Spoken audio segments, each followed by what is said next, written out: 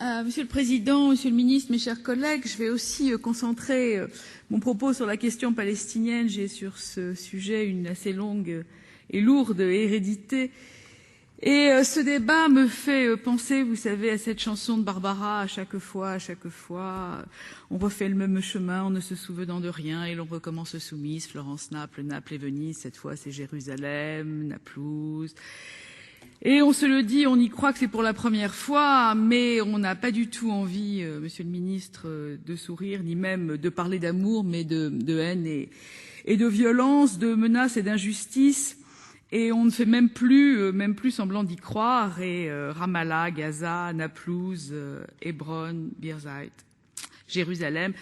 L'histoire bégaye, mais la haine avance, se dotant de moyens nouveaux, de plus en plus effrayants. Al-Qaïda, le terrorisme aveugle, qui n'est que le miroir de notre inertie et de la lâcheté de la communauté internationale, a imposé une solution juste et durable au conflit israélo-palestinien. Il y a un an à peine, la guerre effroyable de Gaza, et Madame la déléguée générale de la Palestine, qui est là ce soir et qui nous honore de sa présence, est quand même là, est un témoin, et Monique Cerisier-Benguiga tout à l'heure l'a mentionné, et c'est vrai qu'on attend quelque chose de ce Parlement, on attend quelque chose de ce Sénat. Et combien de temps, Monsieur le Ministre, allons-nous nous indigner à ce pupitre sans agir, laisser nos diplomates bousculer, s'instaurer une sorte d'impunité dans les faits qui est ressentie comme autant d'injustice et crée autant de soif de vengeance? J'ai tenté de compter les colloques, les interventions, les questions orales et écrites de ces 20 dernières années. Et dans mes archives, j'ai retrouvé un article de mon mari, Daniel Goulet, qui présidait le groupe France-Palestine. Il est un peu jauni, il date du 8 mars 1979, et Daniel Goulet, qui rencontrait à Damas Yasser Arafat, nous expliquait que la France avait un rôle à jouer sur le devenir des Palestiniens. Je crains, Monsieur le Ministre, de pouvoir reprendre mot pour mot l'article qui figure dans ce journal, tant les choses n'ont pas évolué, j'ai même peur qu'elles aient régressé. Quand va-t-on enfin réaliser le coup de l'humiliation et de l'injustice, du tramway de la honte au mur du même nom, des checkpoints à la judaïsation de Jérusalem? Cette politique du fait accompli, cette politique du prince n'est vraiment pas acceptable. Facile de sanctionner l'Iran, on l'a déjà dit, le double standard, on l'a déjà dit.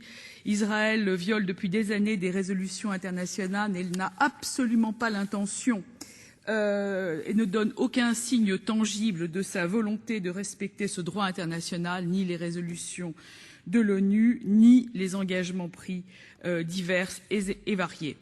Pire, cet État use de tous ses relais et encourage et stimule une politique agressive à l'égard de l'Iran, à l'heure où la nouvelle administration américaine tente un aller-retour de reprendre un indispensable dialogue rompu depuis trop longtemps.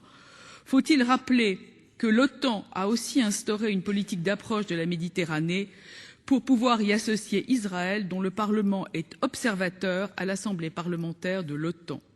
Dans ce cadre, les ministres européens des Affaires étrangères doivent aujourd'hui tirer les conséquences en gelant tout processus de rehaussement des relations bilatérales entre l'Union européenne et l'État d'Israël et suspendre, on l'a déjà dit aussi, l'accord de partenariat en raison du non-respect de son article 2.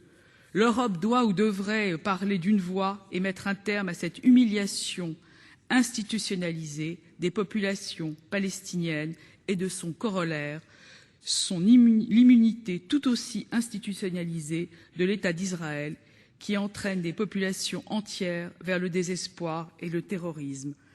Comme mes autres collègues, Monsieur le Ministre, et sans beaucoup plus d'espoir, je vous pose les mêmes questions. Quelle est la politique de la France seule ou quelle est la politique de l'Europe?